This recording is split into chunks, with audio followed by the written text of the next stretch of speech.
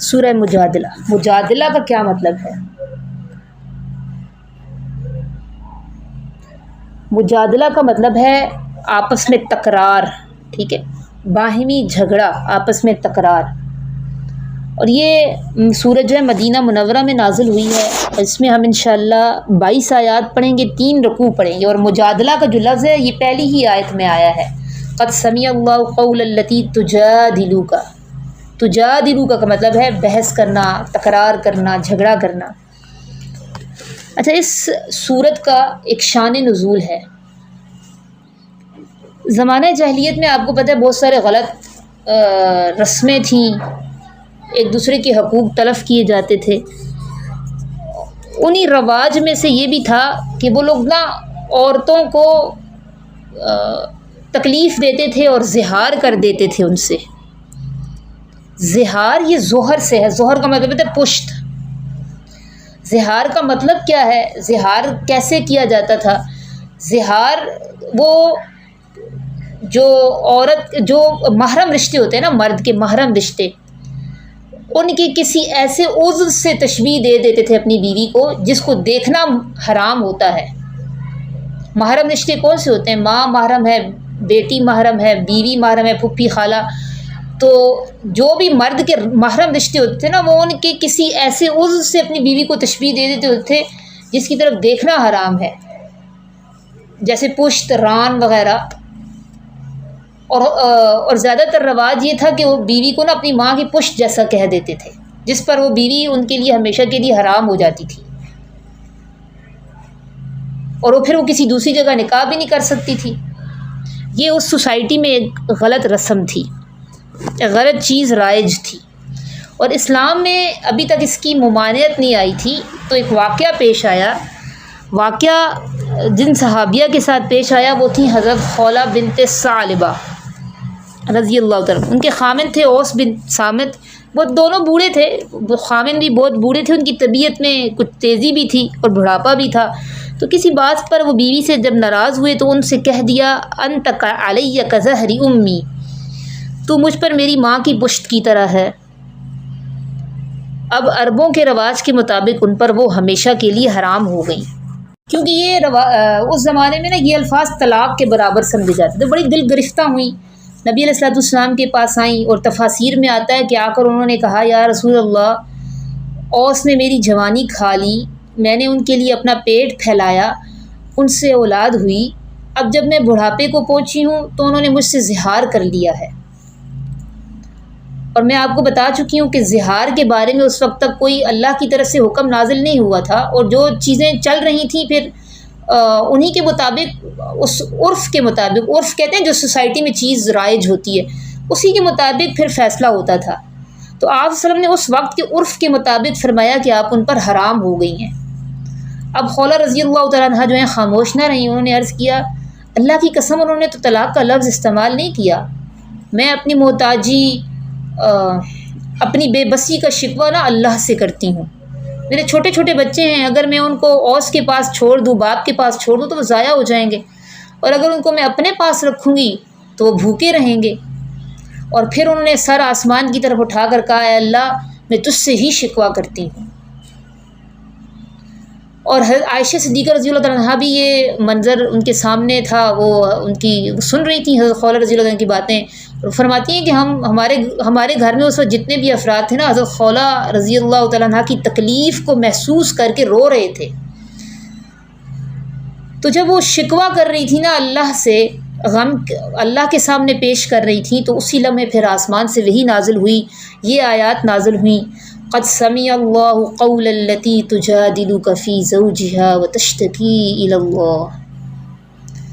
اللہ نے اس عورت کی بات سن لی جو اپنے شوہر کے بارے میں آپ سے جھگڑ رہی تھی۔ شروع کرتے ہیں۔ قد سمع اللہ، تحقیق سن لی اللہ نے،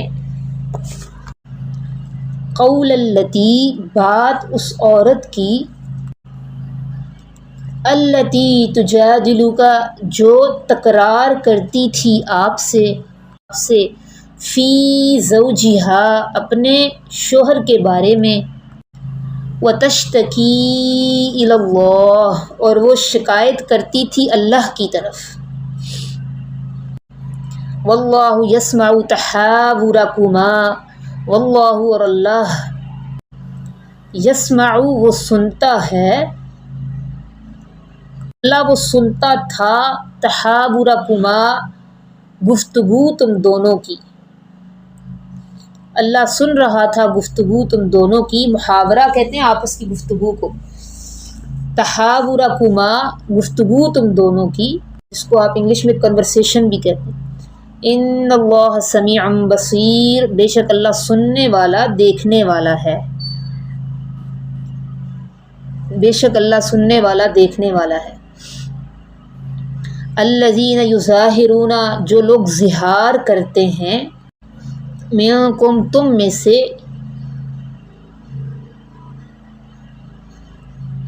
من نسائہم اپنی بیویوں سے، جو لوگ ظہار کرتے ہیں تم میں سے اپنی بیویوں سے،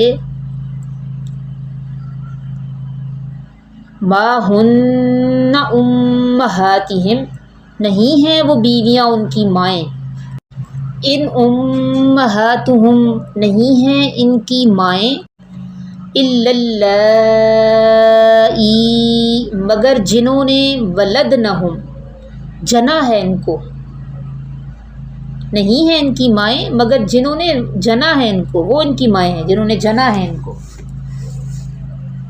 مگر استثناء، الا لفظ استثناء کے لیے ہوتا ہے نا، مگر جنہوں نے جنا ہے ان کو۔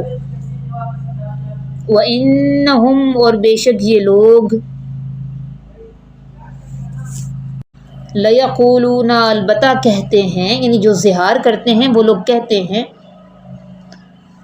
بے شک وہ لوگ کہتے ہیں، منکرم من القول وزورا، منکرن ناپسندیدہ، من القول بات، بے شک وہ لوگ کہتے ہیں ناپسندیدہ بات،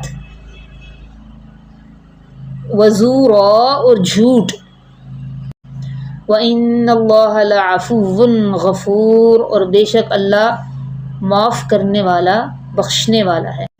وَالَّذِينَ يُظَاهِرُونَ مِن نِّسَائِهِمْ اور جو لوگ ظہار کرتے ہیں اپنی عورتوں سے، ثُمَّ يَعُودُونَ پھر وہ پلٹیں اس بات سے، لِمَا قَالُوا جو انہوں نے کہی، یعودون لوٹیں پلٹیں رجوع کریں، پھر وہ رجوع کریں اس بات سے جو انہوں نے کہی، پھر وہ پلٹیں اس بات سے جو انہوں نے کہی، وہ واپس پلٹیں اس بات سے جو انہوں نے کہی۔ یہاں پہ اللہ نے سزا مقرر کر دی کہ آئندہ جو اس طرح کے جذبات مجروح کرے گا اپنی بیوی کے، اس طرح کی بات کر کے نا، اس کو کفارہ دینا ہوگا، پھر بیوی کے پاس آئے۔ فتحریر رقبۃ من قبل ان یتماسا، فتحریر حریت کہتے ہیں آزادی کو، فتحریر پس وہ آزاد کرے، رقبۃ گردن، یعنی یہ غلام، رقبہ کا اصل مطلب گردن ہوتا ہے، لیکن یہ غلام کے لیے استعمال ہوتا ہے۔ پھر وہ رجوع کرے، واپس پلٹے اس بات سے جو اس نے کہی، تو پس وہ آزاد کرے غلام، من قبلی پہلے اس سے، ان یتماسا یہ کہ وہ چھوئیں ایک دوسرے کو، ذالکم توعظون بہ یہ تمہیں نصیحت کی جاتی ہے اس بات کی، یہ تمہیں نصیحت کی جاتی ہے اس کی، واللہ بما تعملون خبیر اور اللہ ان کاموں سے جو تم کرتے ہو خبیر باخبر ہے، اللہ ان کاموں سے جو تم کرتے ہو باخبر ہے۔ ٹھیک ہے، یہ کفارہ ہے دونوں آیات میں، آگے والی جو آیت ہے اس میں بھی کفارہ اللہ نے بیان فرمایا۔ فَمَن لَّمْ يَجِدْ فَصِيَامُ پس جو شخص نہ پائے، کیا نہ پائے، غلام آزاد کرنے کی طاقت نہ پائے، اور جیسے کہ آج کل تو غلاموں کا رواج ہی نہیں ہے نا، تو فَمَن لَّمْ يَجِدْ پس جو شخص نہ پائے غلام، آگے بریکٹ میں لکھ لیں غلام، پس جو شخص نہ پائے غلام، فَصِيَامُ شَهْرَيْنِ مُتَتَابِعَيْنِ فَصِيَامُ پس وہ روزے رکھے، شہرینی 2 مہینے، متتابعین لگاتار، من قبل ان یتماسا پہلے اس سے یہ کہ وہ چھوئیں ایک دوسرے کو، یہ چھونا اصل میں کنایا کے الفاظ ہیں، ہم بستری سے کنایا ہے یہ قرآن، ظاہری بات ہے اللہ تبارک و تعالیٰ جو ایسے الفاظ ہوتے ہیں نا وہ کنائے کے الفاظ میں بیان فرماتے ہیں۔ پہلے اس سے یہ کہ وہ چھوئیں ایک دوسرے کو، فمن لم یستطع، فمن لم پس جو شخص نہ، یستطع طاقت رکھتا ہو، یعنی اب 2 مہینے لگاتار روزے رکھنا ہر ایک کے بس کی بات نہیں ہوتی، کچھ لوگوں کو بیماری ہوتی ہے یا بہت ضعف ہوتا ہے، تو جو شخص نہ طاقت رکھتا ہو فاطعام پس وہ کھانا کھلائے 60 مسکینہ 60 مسکینوں کو، ذالک لتؤمنوا باللہ ورسولہ، اب یہ اللہ نے جو کفارہ رکھا ہے یہ کس لیے؟ یہ اس لیے تاکہ تم ایمان رکھو اللہ اور اس کے رسول پر، اللہ اور اس کے رسول پر اعتقاد اور یقین رکھو، تم ایمان رکھو اللہ اور اس کے رسول پر۔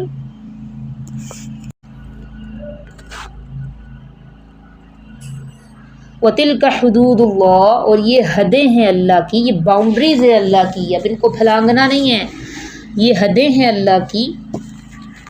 وَلِلْكَافِرِينَ، اور کافروں کے لیے ہے عذاب علیم، عذاب دردناک۔ اب آگے اللہ تبارک و تعالیٰ نے یہ کیوں کہا کہ کافروں کے لیے عذاب دردناک؟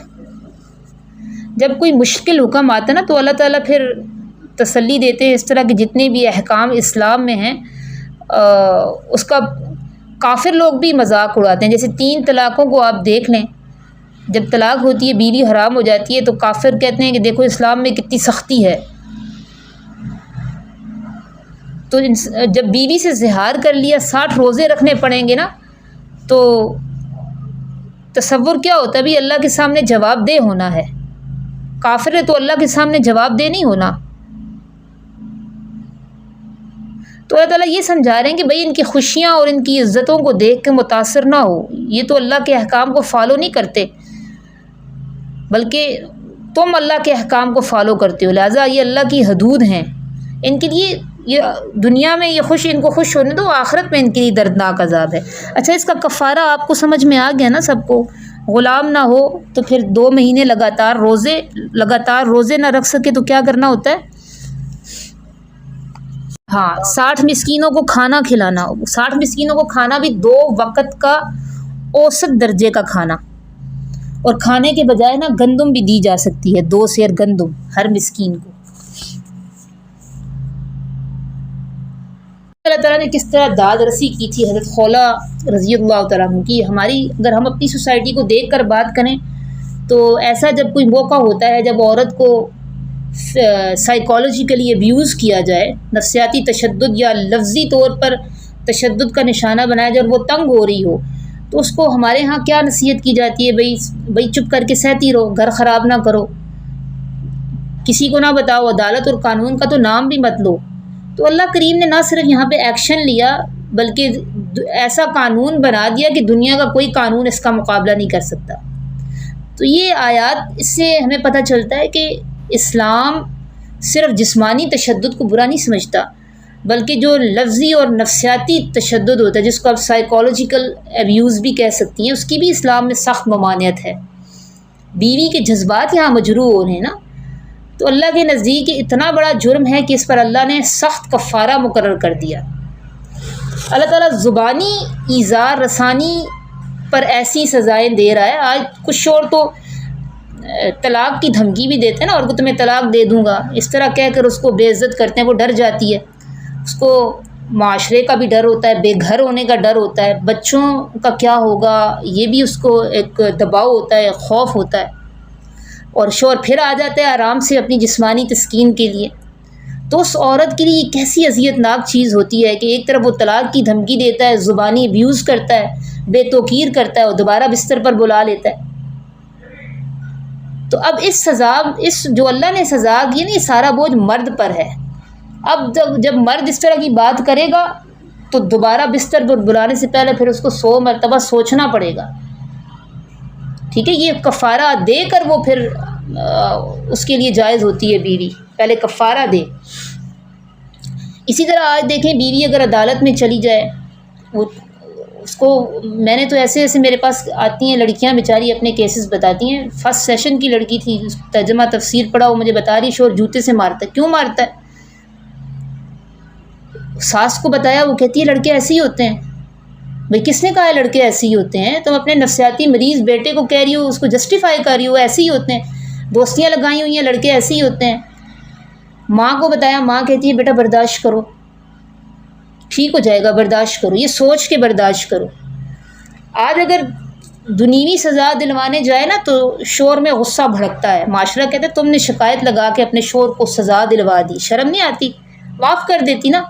تو مظلوم کے ساتھ کھڑے ہونے کے بجائے ظلم کو جسٹیفائی کرنے لگتے ہیں، عورت کو الٹا گلٹی فیل کرواتے ہیں، تو نے کچھ کیا ہے، تو نے زبان چلائی ہوگی اس لیے یہ ہوا ہے۔ یہاں اللہ اس قسم کی ابیوز کی خود سزا مقرر فرما رہے ہیں۔ اور میں آپ کو بتاؤں، میں نے جب اس لڑکی کا کیس نا، ہمارا ایک رائٹرز کا گروپ ہے، اس میں میں نے رکھا، میرا ذہن میں یہ تھا کہ اتنی اعلیٰ پائے کی رائٹرز ہیں وہاں پہ، کوئی مجھے اچھا مشورہ ملے گا، تو وہاں پہ ایک بہن نے یہی کہا کہ بھئی اس نے زبان چلائی ہوگی اس لیے اس کو مارتا ہے۔ بھئی آپ ظلم کو کیسے جسٹیفائی کر رہے ہو؟ اگر اس نے زبان چلائی بھی ہے تو اس کو کیا شوہر کو حق مل گیا وہ جوتا اٹھا کے اس کو مارے گا؟ تو یہ ہماری سوسائٹی کا تو یہ حال ہے، جہاں ایک طرف ہم صحابیہ کو دیکھتے ہیں، وہ 7ویں آسمان سے اوپر اللہ نے صدا سنی، وہاں سے احکامات نازل ہوئے۔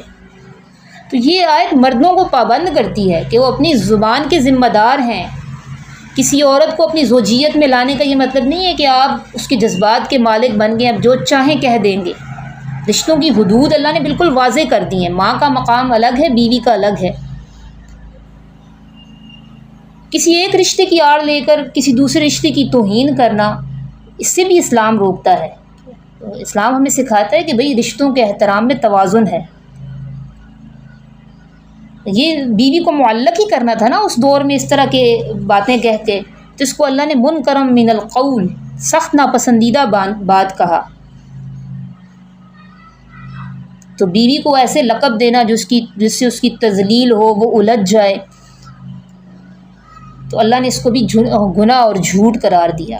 تو اس سے ہمیں دیکھیں ایک بڑی جو ایک چیز ہمیں پتہ چلتی ہے کہ اسلام جو ہے صرف مار پیٹ سے منع نہیں کرتا، بلکہ ایسی لفظی گولہ باری جس سے بیوی کے وقار مجروح ہو رہا اس سے بھی روکتا ہے۔ پھر اور بھی بہت ساری چیزیں ہمیں ضمناً سمجھ میں آتی ہیں کہ دیکھیں جس طرح آج کے نکاح اور طلاق کے مسائل کو لے کر ہماری سوسائٹی میں کھلواڑ بنایا جاتا ہے۔ ہم جب یہ رکوع پڑھتے ہیں تو احساس ہوتا ہے کہ صحابہ اکرام نکاح طلاق کے مسائل میں کتنے حساس ہوتے تھے۔ آج نام نہاد اسکالرز ہیں جو بغیر تحقیق کے طلاق کے فتوے دے رہے ہوتے ہیں نا، اور کتنی دفعہ طلاقیں گھر میں ہو بھی جاتی ہیں تو میاں بیوی چھپا رہے ہوتے ہیں، پردہ ڈال دیتے ہیں، کسی کو پتہ نہیں ہے، چھوڑو، مولویوں کے چکر میں پڑنے کی ضرورت نہیں ہے۔ اور بعض یہ سوچتے ہیں کہ بھئی میاں بیوی کا رشتہ اتنا ہلکا ہے کہ 2 لفظ بولے اور ختم ہو گیا، چھوڑو پرے، کسی کو نہیں بتاتے، اور اسی طرح رہتے ہیں۔ تو صحابیہ بھی تو یہ سوچ سکتی ہیں، حضرت خولہ بنت ثعلبہ بھی تو یہ سوچ سکتی تھیں کہ میرے شوہر نے ساری زندگی میرے ساتھ گزاری ہے، بچے بھی ہیں، اور میرے شوہر مجھ سے نفرت بھی نہیں کرتے، بس غصے سے بس منہ سے ایک ایسے لفظ نکل گئے۔ لیکن وہ نبی علیہ السلام کے پاس آئیں کہ جب تک شریعت گنجائش نہیں دے گی میں اپنے شوہر پر حلال نہیں ہوں، شریعت مجھے کوئی فیصلہ کرے گی تو میں اپنے شوہر کے پاس جاؤں گی۔ اتنا احترام اور اتنا تقویٰ تھا ان کے اندر۔ پھر ان کے شوہر کا بھی آپ دیکھیں ان میں بھی کیسی للہیت ہے۔ آج تو لوگ 3 طلاقیں دے کر پھر اہل حدیث مفتیان کے پاس جاتے ہیں کہ بھئی حلال کے فتوے دے دو، وہاں سے حلال کے فتوے لے کر آ جاتے ہیں۔ لیکن ان کے شوہر نے پھر کفارہ ادا کیا، ایسا نہیں تھا کہ بیوی کو ویسے ہی رکھ لیا جیسا آج کی سوسائٹی میں ہو رہا ہے۔ تو یہ ایسے اور اس ضمناً ہمیں بہت سارے احکامات اس میں پتہ چلتے ہیں کہ اس دور میں لوگوں کے نزدیک شریعت کی کتنی اہمیت تھی اور کتنا پاس وہ رکھا کرتے تھے۔ ان الذین یحادون اللہ، بے شک جو لوگ مخالفت کرتے ہیں اللہ کی، ورسولہ، اور اس کے رسول کی، کبتو، وہ ذلیل کیے جائیں گے۔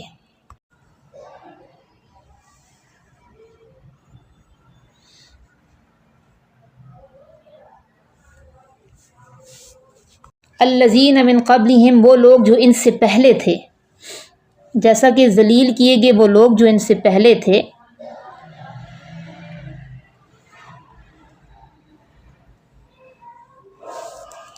وقد انزلنا آیات بینات، اور تحقیق اتار دی ہیں ہم نے روشن آیات. وللکافرین عذاب مہین، اور کافروں کے لیے رسوا کن عذاب ہے. اللہ اور اس کے رسول کی جو لوگ مخالفت کرتے ہیں ان کو کبھی عزت نصیب نہیں ہوگی. مخالفت کس طرح؟ ایک تو مانتے ہی نہیں کہ یہ برحق ہے اللہ اور اس کی، یہ تو اعتقادی مخالفت ہے، عقیدے میں اختلاف ہے. دوسرا، آپ اللہ اور اس کے رسول کے قوانین کو نہ ماننا، یہ بھی مخالفت ہے. ٹھیک ہے، تو جو اس طرح جو مخالفت کرتے ہیں، خواہ وہ عملاً ہو خواہ اعتقاداً ہو، تو دونوں کے لیے اللہ نے کیا وعید سنائی، ان کو رسوا کیا جائے گا. اور اللہ نے تو واضح آیات بتا دی، وللکافرین عذاب مہین، اور جو کافروں کا کام ہے نہ ماننا، تو ان کے لیے پھر رسوا کن عذاب ہے. یوم یبعثہم اللہ جمیعا، جس دن اللہ اٹھائے گا ان سب کو، جس دن اٹھائے گا ان کو اللہ سب کو، فینبئہم بما عملوا، پھر وہ خبر دے گا ان کو، بما عملوا، ان کاموں کی جو انہوں نے کیے، احصاہ اللہ ونسوہ، شمار کر رکھا ہے اس کو اللہ نے. یعنی جو کام وہ کرتا رہا اس میں وہ انسان تو بھول جاتا ہے، اللہ نے شمار کیے میں. واللہ علی کل شیء شہید، اور اللہ ہر چیز پر گواہ ہے. پھر وہ خبر دے گا ان کو ان کاموں کی جو انہوں نے کیے، احصاہ اللہ ونسوہ، شمار کر رکھا ہے ان کو اللہ نے، شمار کر رکھا ہے ان کو اللہ نے، اور وہ بھول گئے ہیں اس کو. واللہ علی کل شیء شہید، اور اللہ ہر چیز پر گواہ ہے.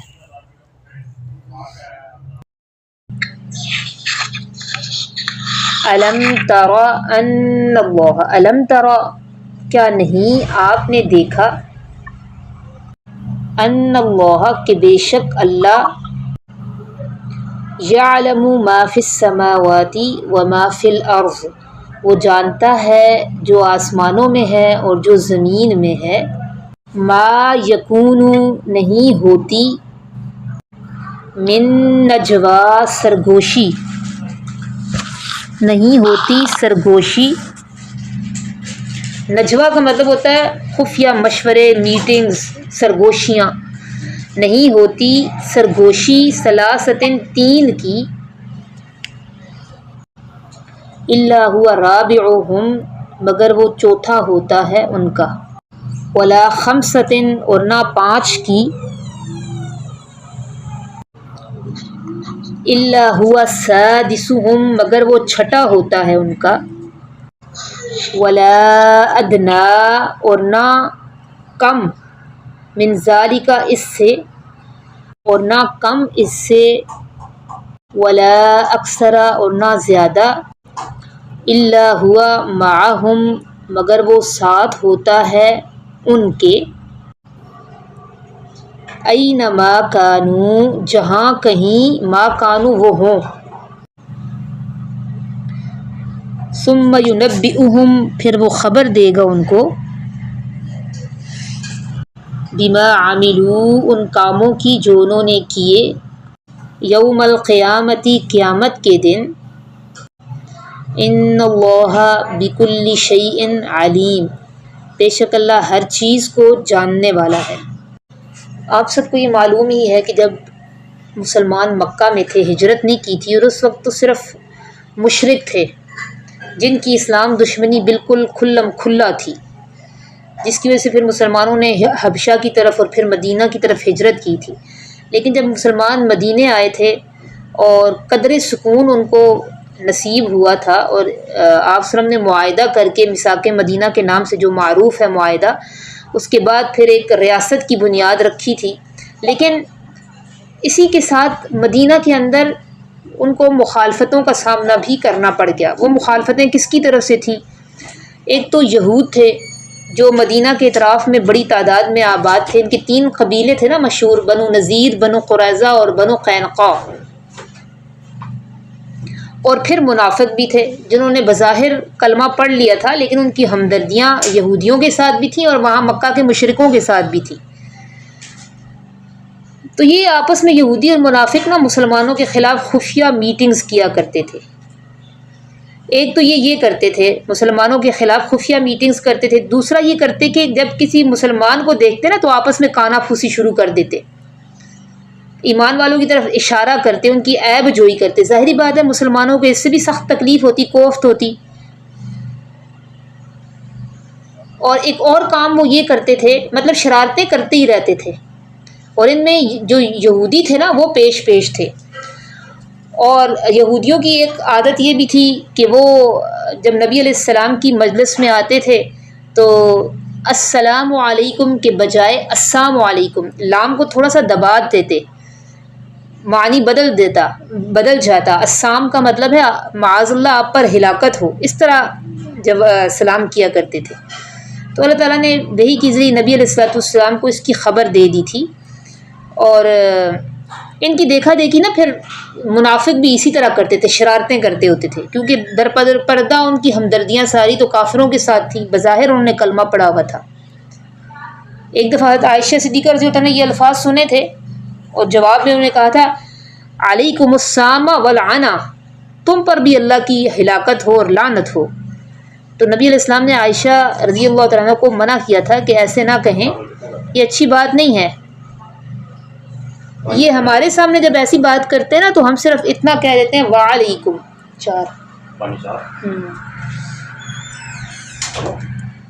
ہم صرف اتنا کہہ دیتے ہیں وعلیکم، یعنی جو کچھ تم نے کہا ہے نا یہ تم ہی پر پڑے گا۔ اور چونکہ یہ بدنیت لوگ ہیں تو یہ ہمیں جن کلمے کے ساتھ سلام کر رہے ہیں ان کی یہ دعا ہمارے حق میں قبول نہیں ہوگی بلکہ ہماری دعا قبول ہوگی۔ تو اب ہم شروع کرتے ہیں۔ یہ اس رکوع کا شان نزول ہے سب جو ابھی میں نے واقعات آپ کو بتائے۔ تو یہ اس طرح سرگوشیاں کیا کرتے تھے نا، تو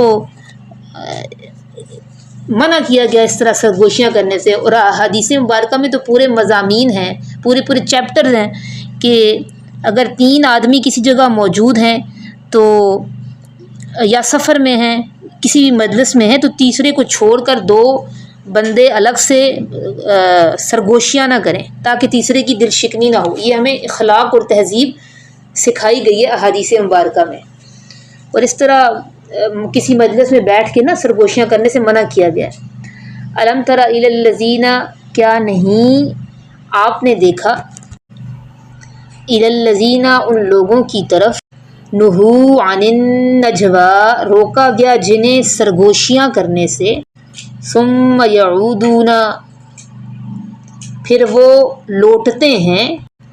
لوٹتے ہیں ریپیٹ کرتے ہیں، اعادہ کہتے ہیں نا ریپیٹ کرنا، پھر وہ لوٹتے ہیں لما ان باتوں کی طرف، نہوا عنہ روکا گیا ہے انہیں جن سے، وَيَتَنَاجَوْنَ اور وہ سرگوشی کرتے ہیں، وَالْعُدْوَانِ اور سرکشی کے ساتھ، سرگوشی کرتے ہیں گناہ کی اور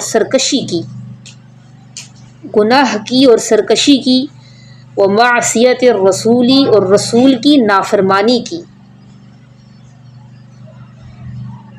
یعنی جو سرگوشیوں میں باتیں ہوتی ہیں نا وہ نیکی اور تقوی کی باتیں نہیں ہوتی، گناہ کی، زیادتی کی اور رسول کی نافرمانی پر مبنی ہوتی ہیں۔ مثلا کسی کی غیبت ہو رہی ہوتی ہے، الزام تراشی ہو رہی ہوتی ہے، بیہودہ گوئی ہو رہی ہوتی ہے، جیسے آج کی بھی مجلسوں میں آپ دیکھیں عام عادت ہے لوگوں کی اس طرح کر رہے ہوتے ہیں، اور خواتین بعض اوقات تو اشارے بھی کر رہی ہوتی ہیں۔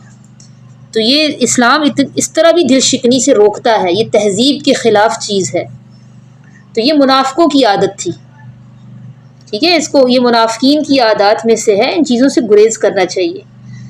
وہ سرگوشیاں کرتے ہیں گناہ کی، سرکشی کی یا زیادتی کی اور رسول کی نافرمانی کی۔ وَإِذَا جَاءُوكَ اور جب وہ آتے ہیں آپ کے پاس، حَيَّوْكَ وہ سلام کرتے ہیں آپ کو۔ حَيَّوْكَ کا اصل مطلب ہوتا ہے زندگی کی دعا دینا۔ یہ ہر قوم میں شروع سے یہ ایک طریقہ چلا آ رہا ہے کہ جب وہ ملاقات کرتے تھے تو سلام کیا کرتے تھے اور مختلف کلمات وہ لوگ کہتے تھے۔ ہمیں جو سلام سکھایا گیا تھا وہ حضرت آدم علیہ السلام کو اللہ تعالیٰ نے سکھایا تھا۔ حضرت آدم علیہ السلام کو اللہ تعالیٰ نے کہا تھا کہ آپ جائیں، فرشتوں کی ایک جماعت بیٹھی ہوئی ہے، آپ جا کر ان کو السلام علیکم کہیں اور سنیں کہ وہ کیا جواب دیتے ہیں۔ جو جواب وہ آپ کو دیں گے نا وہی جواب قیامت تک کے لیے آپ کی اولاد کا ہوگا۔ چنانچہ آدم علیہ السلام آئے تھے فرشتوں کے پاس، ان کو السلام علیکم کہا تھا، تو جواب میں فرشتوں نے وعلیک السلام کہا تھا۔ انہوں نے کا اس لیے لگایا تھا کہ آدم علیہ السلام واحد تھے نا، تو تمام اہل ایمان کے لیے پھر السلام علیکم کے جواب میں وعلیک السلام یا وعلیکم السلام یہ رائج ہو گیا، ٹھیک ہے۔ تو یہ ہر اس میں ہوتا ہے، آپ دیکھیں ہر قوم میں یہ ایک طریقہ ہوتا ہے۔ تو جب وہ آتے ہیں آپ کے پاس، وہ سلام کرتے ہیں آپ کو، اصل مطلب ہے اس کا زندگی کی دعا دینا، بما ان کلمات کے ساتھ نہیں سلام کیا آپ کو جن کے ساتھ اللہ نے، وَيَقُولُونَ اور یہ کہتے ہیں، فی انفسہم اپنی جانوں میں، ایک تو شرارتیں کرتے ہیں، پھر کہتے بھی کیا ہیں، لولا يعذبنا اللہ، کیوں نہیں عذاب دیتا ہمیں اللہ، بما نقول ان باتوں پر جو ہم کہتے ہیں،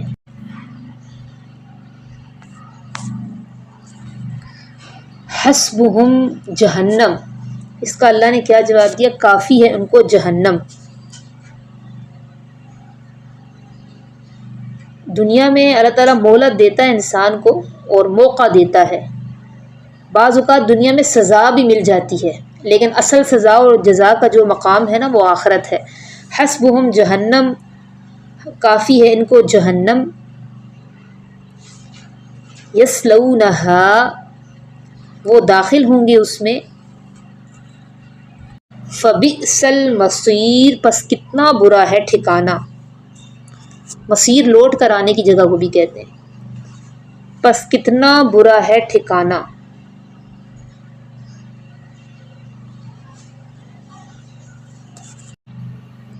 یا ایہا الذین آمنوا اے ایمان والو، اذا تناجیتم جب تم خفیہ مشورہ کرو، جب تم سرگوشیاں کرو، جب تم خفیہ مشورہ کرو، یا تناجیتم اصل میں باب تفاعل سے ہے تو آپس میں، اس میں آپس میں لگانا ہوگا، جب تم آپس میں سرگوشی کرو، فلا تتناجوا پس نہ تم سرگوشی کرو، بالاسم گناہ کی، والعدوانی اور زیادتی کی، سرکشی کی، ومعصیت الرسولی اور رسول کی نافرمانی کی۔ جب دو بندے آپس میں کوئی مشورہ کر رہے ہوں نا تو اس میں پھر گناہ تعدی یا رسول کی مخالفت کا پہلو نہیں ہونا چاہیے، غلط مشورے نہ کرو آپس میں۔ وتناجوا اور تم سرگوشی کرو،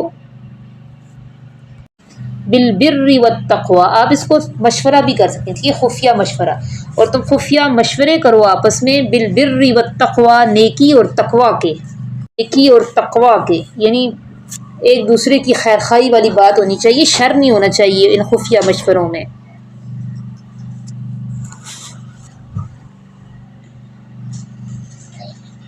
واتقوا اللہ اور تم ڈرو اللہ سے، الذی الیہ جو ذات پاک اسی کی طرف، تحشرون تم اکٹھے کیے جاؤ گے، تم جمع کیے جاؤ گے، انما النجوى من الشیطان بے شک نجوہ بے شک سرگوشیاں شیطان کی طرف سے ہیں، یہ ان سرگوشیوں کی بات ہو رہی جو جن میں گناہ زیادتی اور رسول کی مخالفت ہو، ٹھیک ہے۔ تو اس میں شروع میں آپ بری سرگوشیاں لکھ لیں، بری کو بریکٹ میں لکھ لیں، بے شک بری سرگوشیاں من الشیطان شیطان کی طرف سے ہیں، کیونکہ نیکی اور تقوی کی تو اللہ تعالیٰ کہہ رہے ہیں کر سکتے ہیں، اور وہ بھی تب جب تین لوگ نہ ہوں، ٹھیک ہے، کہ ایک کو چھوڑ کر آپ دو آپس میں شروع ہو جائیں۔ بے شک سرگوشیاں بری سرگوشیاں شیطان کی طرف سے ہیں، لیحزن الذین آمنوا لیحزن تاکہ وہ غمگین کرے، الذین آمنوا ان لوگوں کو جو ایمان لائے، ولیس بضارہم شیئا اور نہیں ہے وہ ان کا نقصان کر سکتا، اور نہیں ہے اور نہیں ہے وہ نقصان کر سکتے ان کا، یعنی مسلمانوں کا، اور نہیں ہے وہ نقصان کر سکتے ان کا شیئن کچھ بھی، خفیہ مشورے خفیہ میٹنگز کر کے مسلمانوں کا نقصان نہیں کر سکتے، الا باذن اللہ مگر اللہ کے حکم کے ساتھ۔ اللہ کی مشیت ہوگی نا تو نقصان بھی پہنچے گا، ورنہ جتنا مرضی دشمن بیٹھ کے ہیلا سازیاں کرتے رہیں، خفیہ میٹنگز کرتے رہیں، آپ کو کوئی نقصان نہیں ہو سکتا۔ ان خفیہ میٹنگ سے پریشان نہیں ہونا چاہیے، اللہ پہ بھروسہ رکھنا چاہیے۔ اللہ کے حکم کے بغیر کوئی آپ کو نقصان نہیں پہنچا سکتا، اور نہیں ہے وہ نقصان کر سکتے ان کا کچھ بھی مگر اللہ کے حکم کے ساتھ۔ وعلی اللہ اور اللہ پر فلیتوکل المؤمنون پس چاہیے کہ بھروسہ کریں ایمان والے۔ اکثر اس طرح سچویشن دے کے بڑی کوفت ہو رہی ہوتی ہے نا کہ یہ کیا کر رہے ہیں، بیٹھی ہوئی ہیں خواتین، یہ اشارے بھی کر رہی ہیں، خفیہ مشورے ہو رہے ہیں ہمارے خلاف، یہ کیا کیا جا رہا ہے۔ تو ان چیزوں کی پرواہ نہ کیا کریں، اللہ پہ بھروسہ رکھا کریں۔ اللہ کہہ رہے ہیں اللہ پر بھروسہ رکھیں ایمان والے، کیونکہ یہ شیطان کے ساتھی، یہ اس بات کا ثبوت دے رہے ہیں کہ شیطان کے وسوسوں کا شکار ہوئے، اور اللہ پر بھروسہ کریں ایمان والے۔ یا ایھا الذین آمنوا اے ایمان والو، اذا قیل لکم اذا جب قیل کہا جائے، لکم تمہیں جب کہا جائے تم، تفسحوا فی المجالس، تفسحوا کشادگی پیدا کرو، فی المجالس مجلسوں میں، مجلس کس کو کہتے ہیں جہاں کچھ لوگ جمع ہو جائیں، مجلسوں میں، فافسحوا پس تم کشادگی پیدا کرو، فافسحوا پس تم کشادہ ہو جایا کرو، پس تم کشادگی پیدا کیا کرو، پس تم کشادہ ہو جایا کرو۔ یفسح اللہ لکم کشادہ کرے گا تمہیں اللہ، یعنی اپنے بھائیوں کے لیے کسی مجلس میں جگہ بناؤ گے تو اس کا نتیجہ یہ ہوگا کہ اللہ تمہارے لیے کشادگی پیدا کر دے گا۔ کشادگی کا مطلب کیا ہوتا ہے؟ سہولیات، آسانیاں۔ کشادگی پیدا کر دے گا اللہ تمہارے لیے۔ وَإِذَا قِيلَ انشُزُوا اور جب کہا جائے انشُزُوا تم اٹھ کھڑے ہو، یعنی مجلس اب ختم ہو گئی ہے، بلا مقصد نہ بیٹھو، اب مجلس برخاست کرو، نکل جاؤ، تم اٹھ کھڑے ہو، فانشزوا تو اٹھ جایا کرو۔ یرفع اللہ الذین آمنوا منکم بلند کر دے گا اللہ ان لوگوں کو جو ایمان لائے ہیں تم میں سے، والذین اور ان لوگوں کو اوتوا العلم دیا گیا ہے جنہیں علم۔ کیسے بلند کرے گا؟ درجات درجوں میں، لیول بلند کرے گا اللہ ان کا درجوں میں۔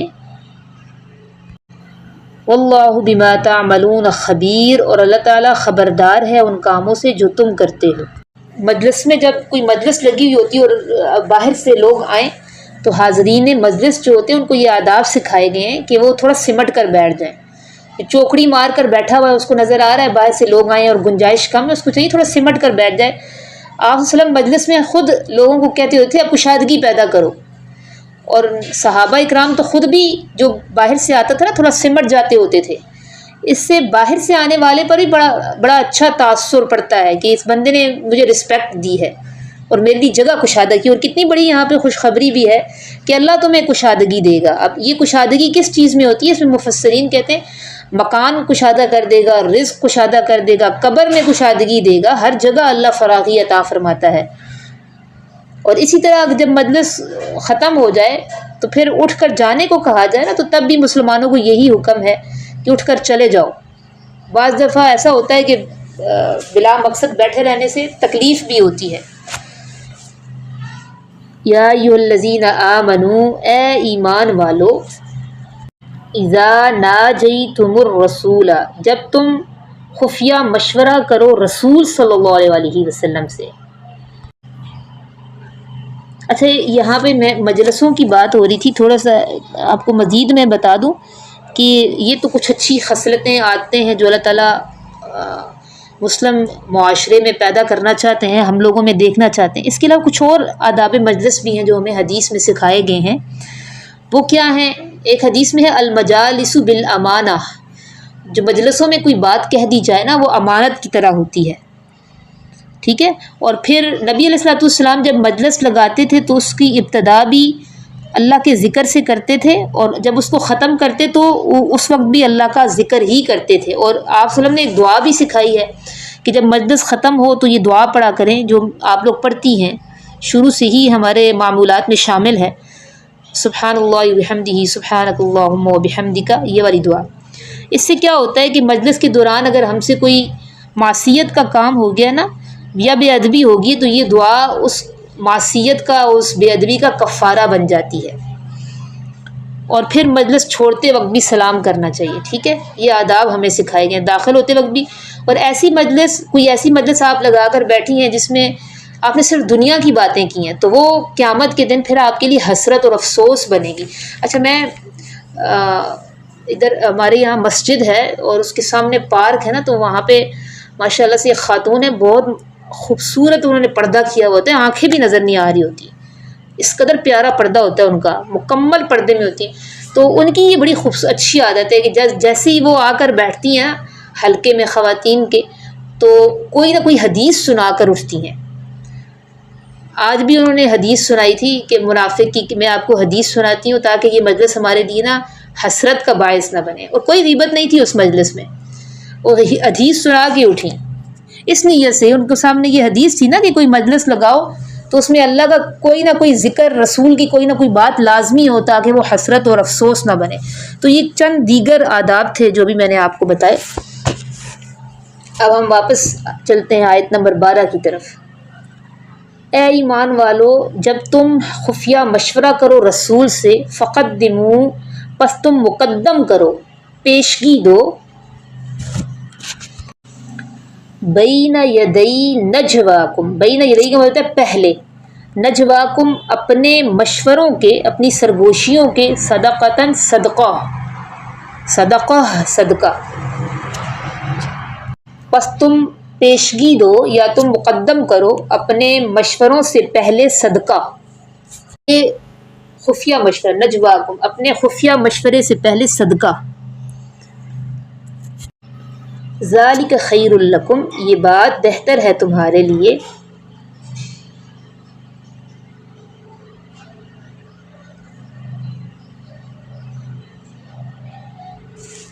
وَأَطْہَرُ، اور زیادہ پاکی والی ہے، فَإِن لَّمْ تَجِدُوا، پس اگر نہ تم پاؤ، یعنی تم صدقے کے لیے کچھ نہ پاؤ، پس اگر نہ تم پاؤ کوئی چیز، پس بے شک اللہ غفور الرحیم، بخشنے والا، رحم کرنے والا ہے۔ پس اگر نہ تم پاؤ کوئی چیز تو پس بے شک اللہ بخشنے والا، رحم کرنے والا ہے۔ یہ اصل میں اس کا کیا مطلب ہے؟ اس کا دیکھیں، نبی پاک صلی اللہ علیہ وسلم کی مجلس میں بعض اوقات لوگ آ کر نا آپ صلی اللہ علیہ وسلم سے علیحدگی میں گفتگو کرنا چاہتے تھے۔ بہت سارے سردار ٹائپ لوگ ہوتے تھے، ان کا یہ ہوتا تھا کہ آپ صلی اللہ علیہ وسلم ان سے علیحدگی میں بات کریں، مجلس نہ ہو، مجلس سے الگ بات کریں، الگ سے مشورے کیا کرتے تھے۔ ان میں کچھ تو باقی اہم مسائل ہوتے تھے، لیکن بعض لوگ ایسے بھی آتے تھے جن کا کوئی واضح مقصد نہیں ہوتا تھا، وقت گزارنے کے لیے یا بلا وجہ بیٹھ کر آپ صلی اللہ علیہ وسلم کا وقت ضائع کرتے تھے۔ اور میں آپ کو بتا چکی ہوں کہ آپ صلی اللہ علیہ وسلم کی کتنی حیثیتیں تھیں، کیا کہ آپ صلی اللہ علیہ وسلم نے سنبھالنا ہوتا تھا اور کتنا قیمتی وقت تھا آپ کا۔ تو امت کے لیے جو آپ صلی اللہ علیہ وسلم کا بے حد قیمتی وقت تھا نا وہ ضائع ہوتا ہے، اس لیے اللہ تعالیٰ نے اور اس میں منافق لوگ بھی آ کر پھر شرارتیں کرنے لگے تھے، تو اللہ نے ایک اصول بنا دیا تھا کہ جو شخص بھی نبی سے الگ بات کرنا چاہے وہ صدقہ پہلے کرے اور پھر مجلس میں آ کر الگ بات کرے۔ اس حکم سے پھر کئی فائدے ہوئے۔ ایک فائدہ تو یہ ہوا کہ منافق اور غیر سنجیدہ جو لوگ تھے، جو پہلے محض وقت ضائع کرنے کے لیے آتے، ہم نے آپ سے الگ بات کرنی ہے، تو اب اپنی بخل کی وجہ سے اور بے رغبتی کی وجہ سے پیچھے ہٹ گئے، ٹھیک ہے، ان کو لگام لگ گئی نا۔ دوسرا فائدہ یہ ہوا کہ وہی لوگ صرف آتے تھے علیحدگی میں مشورہ کرنے کے لیے جنہیں واقعی کسی اہم مسئلے پر رہنمائی درکار ہوتی تھی۔ لیکن اس حکم میں نا پھر جو مخلص صحابہ تھے ان کے لیے ایک آزمائش بھی تھی، کیونکہ انہیں تو دن میں کئی مرتبہ نبی علیہ الصلوۃ والسلام سے الگ سے بات کرنی ہوتی تھی۔ اب ہر مرتبہ صدقہ کرنا آسان تو نہیں تھا، لیکن اس حکم سے اتنا ہوا کہ جو مجلس نبوی صلی اللہ علیہ وسلم کی جو عظمت تھی، جو آپ صلی اللہ علیہ وسلم کا قیمتی وقت تھا اور جو اس مجلس کی سنجیدگی تھی نا، اس کو اللہ نے محفوظ بنا دیا۔ گو کہ یہ حکم پھر منسوخ ہو گیا.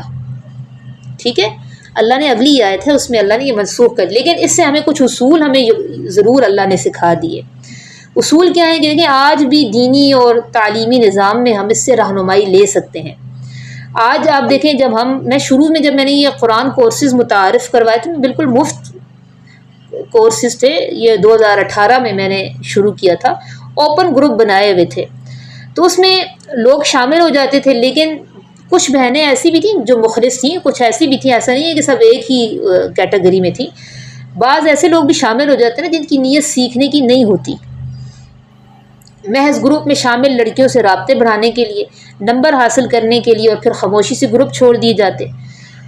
کچھ لوگوں کو علم کے حصول سے کوئی رغبت نہیں ہوتی، آتے صرف اس لیے کہ پہلے ہم دیکھیں گے استاد کا جو مزاج ہے ہمارے مطابق ہوا تو ٹھیک ہے چلیں گے، ہمارے مطابق نہ لگا تو چھوڑ دیں گے. علم حاصل کرنے سے انہیں کوئی رغبت نہیں ہوتی. تو ایسے غیر سنجیدہ رویے نہ صرف دیکھیں اساتذہ کا وقت اس میں ضائع ہوتا ہے، بلکہ سنجیدہ سیکھنے والوں کے لیے بھی ایک خلل کا سبب بنتے ہیں. اس لیے اس نبوی اصول سے نا ہمیں بھی یہ رہنمائی ملتی ہے کہ قرآن یا آپ نے کوئی کورس لیا نا اس سے پہلے واضح اصول طے کر دیں، فیس رکھ دیں، خواہ معمولی ہو یا رجسٹریشن رکھ دیں، یہ شرائط رکھ دیں. اس سے یہ ہوگا کہ جو بھی داخل ہوگا نا اس کو کچھ نہ کچھ جب مالی اور عملی قربانی دینی پڑے گی تو پھر وہی افراد آگے آتے ہیں جو واقعی سنجیدہ ہوتے ہیں، اور ہمارا جو ماحول ہوتا ہے وہ بھی محفوظ اور بامقصد رہتا ہے. ٹھیک ہے، قیمتی وقت کی حفاظت ہوتی ہے. ضروری نہیں ہوتا کہ آپ ہر سہولت مفت ہی دیں، بعض اوقات معمولی مالی شرط نا بہت ساری شرارتی لوگوں سے اور شر انگیزیوں سے آپ کو بچا رہی ہوتی ہے. تو اس میں ضمناً بھی بہت سارے اصول ہم اخذ کر سکتے ہیں. اشفقتم، کیا تم ڈر گئے ہو ان تقدموا، یہ کہ تم مقدم کرو، یہ کہ تم پیشگی دو، بین یدی نجواکم، اپنے خفیہ مشوروں سے پہلے، صدقات صدقہ ایک ہوتے، صدقات بہت سارے صدقات. فَإِذْ لَمْ تَفْعَلُوا، پھر جب نہ تم یہ کر سکے، وَتَابَ اللَّهُ عَلَيْكُمْ، اور رجوع کر لیا اللہ نے تم پر. ٹھیک ہے، یعنی یہ حکم منسوخ کر دیا. پس جب نہ تم یہ کر سکے تو رجوع کر لیا اللہ نے تم پر. ہاں اسلام کے اب باقی حکم ہیں، ان پر عمل کرنا لازمی ہوگا. فَأَقِيمُوا الصَّلَاةَ وَآتُوا الزَّكَاةَ، وہ حکم کون سے ہیں؟ فَأَقِيمُوا الصَّلَاةَ، پس نماز قائم کرو، وَآتُوا الزَّكَاةَ، اور ادا کرو زکوٰۃ. پس قائم کرو نماز اور ادا کرو زکوٰۃ. وَأَطِيعُوا اللَّهَ وَرَسُولَهُ، اور اطاعت کرو اللہ اور اس کے رسول کی. واللہ، اور اللہ خبیر، خبردار ہے ان کاموں سے، تعملون، جو تم کرتے ہو. سورہ مجادلہ کا آخری رکوع شروع کرتے ہیں. الم تر الی الذین، کیا نہیں آپ نے دیکھا ان لوگوں کی طرف، تولوا، جو دوستی کرتے ہیں، قوما، ان لوگوں سے، غضب اللہ علیہم، غضب کیا اللہ نے جن پر. یہ کون لوگ ہیں جن پر اللہ نے غضب کیا؟ مغضوب علیہم قوم کون سی ہے؟ باجی جو علم رکھنے کے باوجود اس پر عمل نہیں کرتے تھے. یہ قوم کون سی ہے؟ یہ قوم کون سی؟ عاد اور ثمود اور اس سے پہلے جتنے بھی ہلاک شدہ قوم تھی. تاریخ میں جو ہماری مغضوب علیہم قوم ہے نا، جو ہم سورہ فاتحہ میں بھی پڑھتے ہیں، اس سے مراد یہودی ہیں. ٹھیک ہے، اور والضالین سے مراد، گمراہ لوگوں سے مراد عیسائی لیے جاتے ہیں، مفسرین عیسائی لیتے ہیں. تو مغضوب علیہم سے مراد یہودی ہیں. یعنی آپ نے دیکھا نہیں ان لوگوں کی طرف مراد منافق ہیں جو یہودیوں سے دوستی کرتے ہیں. آگے اللہ تعالیٰ کیا کہہ رہے ہیں؟ ما ہم منکم، نہیں ہے وہ تم میں سے، یعنی مسلمانوں میں سے نہیں ہیں، ولا منہم، نہ ان یہودیوں میں سے ہیں. تو کون ہیں؟ منافق ہیں. نہیں ہے وہ تم میں سے اور نہ ہی ان میں سے، یعنی نہ یہودی ہیں نہ مسلمان ہیں، بلکہ کیا ہیں؟ منافق ہیں. نہیں ہے وہ تم میں سے اور نہ ان میں سے. وَيَحْلِفُونَ عَلَى الْكَذِبِ اور وہ قسمیں کھاتے ہیں علی الکذب جھوٹ پر، جھوٹی قسمیں کھاتے ہیں، وہ قسمیں کھاتے ہیں جھوٹ پر، وہم یعلمون اور وہ جانتے ہیں، انہیں پتہ ہے کہ وہ جھوٹی قسمیں کھا رہے ہیں اور وہ جانتے ہیں۔ مدینے میں جو یہودی تھے نا وہ اعتقادی منافق تھے، ٹھیک ہے، یعنی وہ در پردہ کافر ہی تھے، اوپر سے مسلمان ہوئے تھے صرف اپنے فائدے کے لیے۔ ان کی اللہ نے اتنی کوالٹیز بتائی ہیں، اور عملی منافق بھی ہوتے ہیں جن کی صفات بتائی گئی ہیں۔ آج کے دور میں تو ہم کسی کو یہ نہیں کہہ سکتے کہ یہ اعتقادی منافق ہے، اس کا معاملہ اللہ کے سپرد ہے۔ اس دور میں تو وحی اترتی تھی، نبی پاک صلی اللہ علیہ وسلم کو بتا دیا جاتا تھا کہ یہ منافق ہیں۔ البتہ جو عملی منافق ہیں نا ان کو ان کی نشانیوں سے پہچانا جاتا ہے۔ پہلے تو خود دیکھنا ہے کہ ہمارے اپنے اندر تو یہ صفات نہیں ہیں۔ تو یہ ان کی ایک صفت یہ بھی تھی کہ یہ یہودیوں سے دوستی کرتے تھے جا کر۔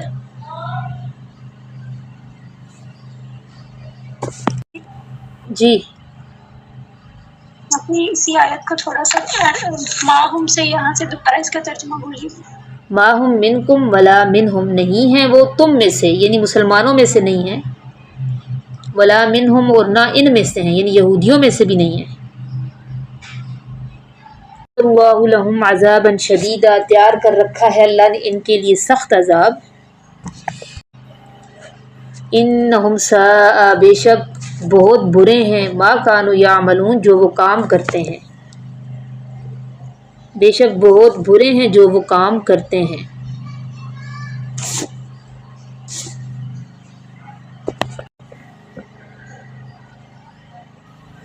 اتخذوا ایمانہم، بنا لیا ہے انہوں نے اپنی قسموں کو، ایمان کا لفظ ہے نا، یمین قسم کو کہتے ہیں، بنا لیا انہوں نے اپنی قسموں کو جنتاً، ڈھال بنا لیا، یعنی اپنے بچاؤ کا ذریعہ بنایا ہوا ہے، ٹھیک ہے۔ مسلمانوں کے پاس آتے ہیں، اپنی وفاداریوں کا یقین دلاتے ہیں کہ ہم تمہارے ساتھ ہیں، وہ تو ویسے ہی ملاقات ہم نے کر لی تھی، ہم ساتھی تو ہم تمہارے ہیں، اور قسمیں کھا کر پھر کہتے ہیں تاکہ مسلمان یقین کر لیں۔ فصدوا عن سبیل اللہ، پس انہوں نے روکا ہے، پس وہ روکتے ہیں اللہ کے راستے سے،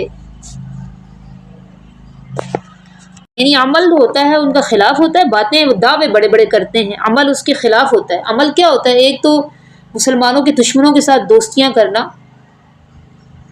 دوست کا دشمن بھی دشمن ہی ہوتا ہے نا،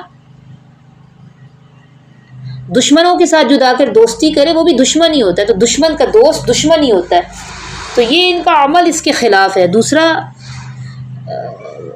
ان کا عمل مزید کس طرح ان کے خلاف ہے کہ یہ بدظن کرتے ہیں اسلام سے روکتے ہیں لوگوں کو۔ فلہم عذاب مہین، پس ان کے لیے رسوا کن عذاب ہے۔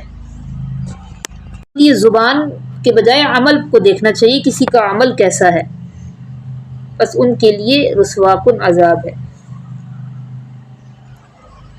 لن تغنی عنہم اموالہم، ہرگز نہیں کام آئیں گے ان کو ان کے مال، ولا اولادہم اور نہ ہی اولادیں ان کی، من اللہ شیئا اللہ کے سامنے کچھ بھی، اولئک اصحاب النار یہی لوگ ہیں جہنم والے، یہی لوگ ہیں جہنم والے، وہ اس میں ہمیشہ رہیں گے۔ یوم یبعثہم اللہ جمیعا، جس دن اٹھائے گا ان کو اللہ جمیعا سب کو، فیحلفون لہ، پھر وہ قسمیں کھائیں گے اس کے لیے، یعنی اللہ کے لیے بھی قسمیں کھائیں گے، اب اللہ کو بھی یقین دلائیں گے کہ یا اللہ ہم تو تیری مان کے آئے ہیں، پھر وہ قسمیں کھائیں گے اس کے لیے، کما یحلفون لکم، جیسا کہ وہ قسمیں کھاتے ہیں تمہارے لیے، یعنی اتنی بگڑی ہوئی فطرت ہے، وہ سمجھ رہے ہیں کہ ہم وہاں پہ بھی دھوکہ دے سکیں گے، پس وہ قسمیں کھائیں گے اللہ کے لیے، اس کے لیے جیسا کہ وہ قسمیں کھاتے ہیں تمہارے لیے، یحسبون اور وہ خیال کرتے ہیں، انہم علی شیء کہ بے شک وہ کسی چیز پر ہیں، یعنی کسی راستے پر ہیں، کسی دلیل پر ہیں، اپنے تئیں وہ سمجھ رہے ہیں بڑے ہوشیاری کا کام کر رہے ہیں، وہ خیال کرتے ہیں کہ بے شک وہ کسی چیز پر ہیں، کسی راہ پر ہیں، یا کسی دلیل پر ہیں.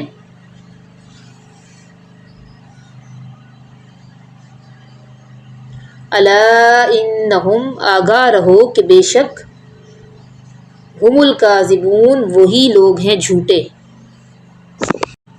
استحوذ علیہم، استحوذ کا مطلب ہوتا ہے غلبہ پانا، قابو پانا یا گھیرے میں لے لینا. غالب آ گیا ہے علیہم ان پر، الشیطان، شیطان غالب آ گیا ہے ان پر شیطان. شیطان جب انسان کے دل میں شروع میں وسوسے ڈالتا ہے تو اس کو غلبہ نہیں ہوتا. انسان جب اس وسوسے کو قبول کرنا شروع ہو جاتا ہے اور پھر اس کے مطابق کام کرنے لگتا ہے نا، تو شیطان اتنا مسلط ہو جاتا ہے کہ وہ انسان پھر شیطان کی ہی جنس میں شامل ہو جاتا ہے، جس کو کہتے ہیں شیطان اس پر غالب آ گیا. تو اب لوگوں کو اس کو ایسے بندے کو گمراہ کرنے کی ضرورت نہیں، یہ خود ہی گمراہ ہوا ہے. غالب آ گیا ان پر شیطان، فانساہم ذکر اللہ، پھر بھلا دی ہے ان کو اللہ کی یاد، پس بھلا دی ہے ان کو یاد اللہ کی. اولئک حزب الشیطان، یہی لوگ ہیں لشکر شیطان کا. الا ان حزب الشیطان، آگاہ رہو کہ بے شک لشکر شیطان کا، ہم الخاسرون، وہی نقصان پانے والا ہے. آگاہ رہو کہ لشکر شیطان کا وہی نقصان پانے والا ہے. ان الذین یحادون اللہ، بے شک جو لوگ مخالفت کرتے ہیں اللہ کی، لفظ پیچھے پڑھا ہے آپ نے، بے شک جو لوگ مخالفت کرتے ہیں اللہ کی، ورسولہ، اور اس کے رسول کی. میں نے بتا دیا اللہ اور اس کے رسول کی مخالفت دو طریقے سے ہوتی ہے. ایک تو آپ کا عقیدہ ہی خراب ہے، آپ اللہ اور اس کے رسول پر ایمان ہی نہیں رکھتے، یہ اعتقادی مخالفت ہے. اور ایک عملی مخالفت کہ آپ ان کے حکموں کے خلاف چل رہے ہیں. اولئک فی الاذلین، یہی لوگ ہیں سب سے ذلیل. اذل جو ہے یہ کمپیریٹو ڈگری ہے، یعنی ایک ہوتا ہے نا ذلیل، اس سے ذلیل، سب سے ذلیل. جیسے آپ کہتے ہیں گڈ، بیٹر، بیسٹ. بیڈ، ورس، ورسٹ، یہ ڈگریز ہیں نا اس کی، بیڈ کی. تو یہی لوگ ہیں سب سے ذلیل. کتب اللہ، لکھ لیا ہے اللہ نے. لکھ لیا ہے یعنی یہ چیز لازمی ہے، تقدیر میں لکھی ہوئی ہے. کیا لکھ لیا ہے؟ لَأَغْلِبَنَّ، کہ ضرور غالب آؤں گا، انا، میں، ورسولی، اور میرے رسول، میں اور میرے رسول ضرور غالب آئیں گے. لکھ لیا ہے اللہ نے کہ ضرور غالب آؤں گا میں اور میرے رسول. دنیا میں رسولوں کو آزمائشوں میں ڈالا گیا اور رسولوں کے جو فالوورز تھے ان پر بھی آزمائشیں آئیں، لیکن اچھا انجام ہمیشہ رسولوں اور ان کے فالوورز کا ہی ہوا ہے، اور مخالفین کا انجام ہمیشہ برا ہوا ہے. غلبہ، استحکام اور کامیابی، یہ چیزیں نا اللہ تعالیٰ نے اپنے رسولوں اور ان کے پیروکاروں کے حصے کے لیے لکھی ہیں. ان اللہ قوی عزیز، بے شک اللہ قوت والا، غلبے والا ہے.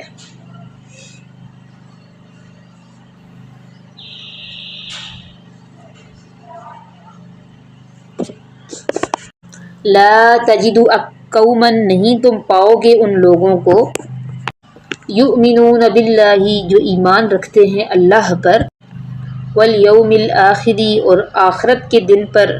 کیسا نہیں پاؤ گے؟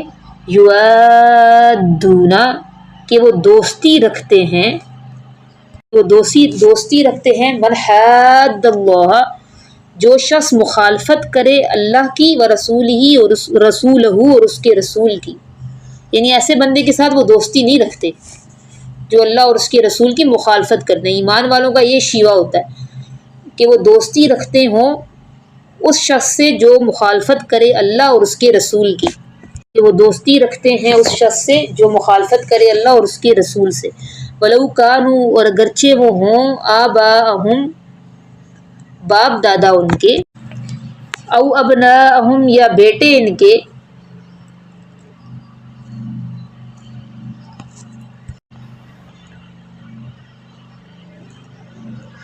او اخوانہم یا بھائی ان کے، او عشیرتہم یا خاندان ان کے، اولئک یہی لوگ ہیں، کتبہ لازم کر دیا اللہ نے فی قلوبہم الایمان ان کے دلوں میں ایمان، وَأَيَّدَهُمْ اور تائید کی ہے ان کی، مدد کی ہے ان کی، بِرُوحٍ مِّنْهُ روح کے ساتھ، منہ اپنی طرف سے روح کے ساتھ۔ یہ میں تفسیر میں بتاتی ہوں، یہاں مسلمانوں کا کی جو اللہ تعالیٰ مدد کرتے ہیں اپنی طرف سے روح کے ساتھ، وہ کیا ہے؟ یہی لوگ ہیں، لکھ دیا ہے اللہ نے یا لازم کر دیا اللہ نے ان کے دلوں میں ایمان کو، اور تائید کی ہے ان کی روح کے ساتھ اپنی طرف سے۔ وَيُدْخِلُهُمْ جَنَّاتٍ وہ داخل کرے گا ان کو باغات میں، تجری من تحتها الانہار چلتی ہوں گی جن کے نیچے نہریں، خالدین فیہا ہمیشہ رہنے والے اس میں، رضی اللہ عنہم راضی ہو گیا اللہ ان سے، ورضوا عنہ اور وہ راضی ہو گئے اس سے، یعنی وہ بھی اللہ سے راضی ہو گئے، راضی ہو گیا اللہ ان سے اور وہ راضی ہو گئے اس سے۔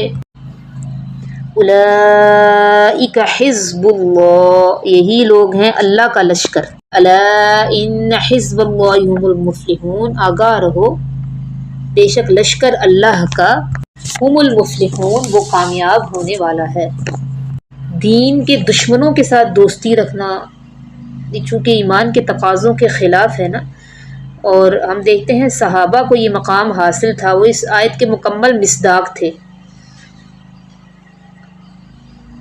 دین کو ترجیح دیتے ہوتے، ایمان کو ترجیح دیتے تھے، اگرچہ ان کے قریبی رشتہ دار ہی سامنے ہوتے، دین کے معاملے میں کوئی رعایت نہیں کرتے تھے۔ اور اس میں ایک مثال ہمیں ابراہیم علیہ السلام کی بھی ہے اس ضمن میں، ان کا سگا باپ تھا، اس کے بارے میں اللہ نے کیا کہا، فلما تبین له انه عدو للہ، جب ابراہیم علیہ السلام کے سامنے ظاہر ہو گیا، واضح ہو گیا کہ تو اللہ کا دشمن ہے پکا، تو تبرأ منہ ان سے بیزاری کا اعلان کر دیا۔ تو جو ایسے لوگوں کے ساتھ جو کھلا مخالفت کر رہے ہوں دین کی، جو دوستانہ تعلقات رکھتے ہیں نا، نہیں رکھتے ہیں، جن کی تعلقات صرف مسلمانوں کے ساتھ ہوتے ہیں، ایسے بدتی لوگوں کے ساتھ نہیں ہوتے، تو ان کے بارے میں اللہ تعالیٰ نے کہا کیا کہا کہ اللہ ان کے دلوں میں ایمان لکھ دیتا ہے، اور دوسرا ان کی تائید ہوتی ہے روح کے ساتھ۔ روح کیا چیز ہے؟ روح اصل میں روحانی طاقت میں اللہ تعالیٰ ان کی اضافہ کر دیتے ہیں، روحانی طاقت ملتی ہے ان کو، اور یہ بھی اللہ کی توفیق سے ملتی ہے، ان لوگوں کو ملتی ہے جو اللہ کی رضا کو ترجیح دیتے ہیں ہر معاملے میں، ٹھیک ہے۔ اور بعض فرماتے ہیں مفسرین کے روح سے مراد روح القدس یعنی جبرائیل امین بھی ہو سکتے ہیں، کہ حضرت جبرائیل امین کے ذریعے ان کی تائید ہوتی ہے، جیسا کہ نبی علیہ السلام نے حضرت حسان ابن ثابت کو کہا تھا کہ آپ اپنے اشعار کے ذریعے مشرکوں اور کافروں کو جواب دیں، اللہ تعالیٰ روح القدس کے ساتھ آپ کی تائید فرمائیں گے، اور ان کے لیے دعا بھی کرتے تھے اللہم ایدہ بروح القدس، ٹھیک ہے۔ تو یہ ایک تو دونوں مطلب اس سے مراد ہے کہ اللہ تعالیٰ ان کے دلوں میں ایک خاص روح معنوی حیات رکھ دیتے ہیں، اور دوسرا یہ بھی مطلب ہو سکتا ہے کہ روح القدس کی تائید ان کے ساتھ ہوتی ہے۔ دیکھیں صحابہ اکرام کا جو طرز عمل تھا، آپ نے صحابہ نے غیر مسلموں کے ساتھ لین دین کیے ہیں، تجارتیں کی ہیں، معاملات کیے ہیں، لیکن دوستی کا تعلق نہیں رکھا کہ اپنے راز ان کو شیئر کرنے لگ جائیں یا ان کے رنگ میں رنگنا شروع ہو جائیں اپنے آپ کو۔ درجنوں واقعات ہیں ہماری تاریخ میں۔ تو اسی طرح کسی بدتی آدمی کے ساتھ بھی انسان کو انسیت نہیں ہونی چاہیے، نہ ہی اس کی ہم نشینی اختیار کرے کہ اس کو اوپر اثر پڑنا شروع ہو جائے، اور اگر کسی بدتی سے دنیا کے لالچ میں یا عزت کے حصول کے لیے دوستی کرے گا نا، تو اللہ تعالیٰ پھر ایسے بندے کو ذلیل کرتے ہیں، اور دل سے نور ایمان بھی پھر ختم ہو جاتا ہے، ٹھیک ہے۔ اس لیے اہل ایمان کی جو دلی تعلق اور دوستیاں ہوتی ہیں اہل ایمان کے ساتھ ہی ہوتی ہیں۔ سبحان ربک رب العزت عما یصفون وسلام علی المرسلین والحمد للہ رب العالمین۔ ربنا تقبل منا انک انت السمیع العلیم۔ یہاں پہ سورہ مجادلہ ہماری مکمل ہوئی۔ ورضوا عنہ کا مطلب آپ لوگ پوچھ رہی ہیں کہ اللہ تو ان سے راضی ہو گیا، سمجھ میں آتا ہے۔ ورضوا عنہ کا کیا مطلب ہے کہ وہ بھی راضی ہو گئے اس سے، وہ راضی ہو گئے اس سے کا مطلب ہے کہ اللہ نے دنیا میں انہیں ایسے کاموں کی توفیق بخش دی ہے جو اللہ کی رضا والے کام ہیں، اس کی توفیق بخش دی ہے، ٹھیک ہے، اور وہ ان کاموں پر راضی رہتے ہیں، خیر والے کام ہیں، ان پر خیر غالب آ گئی ہے۔ جیسے پیچھے آپ نے پڑھا شیطان کے لشکر وہ ہیں جن پر شر غالب آ گیا، تو ان پر خیر غالب آ گئی ہے۔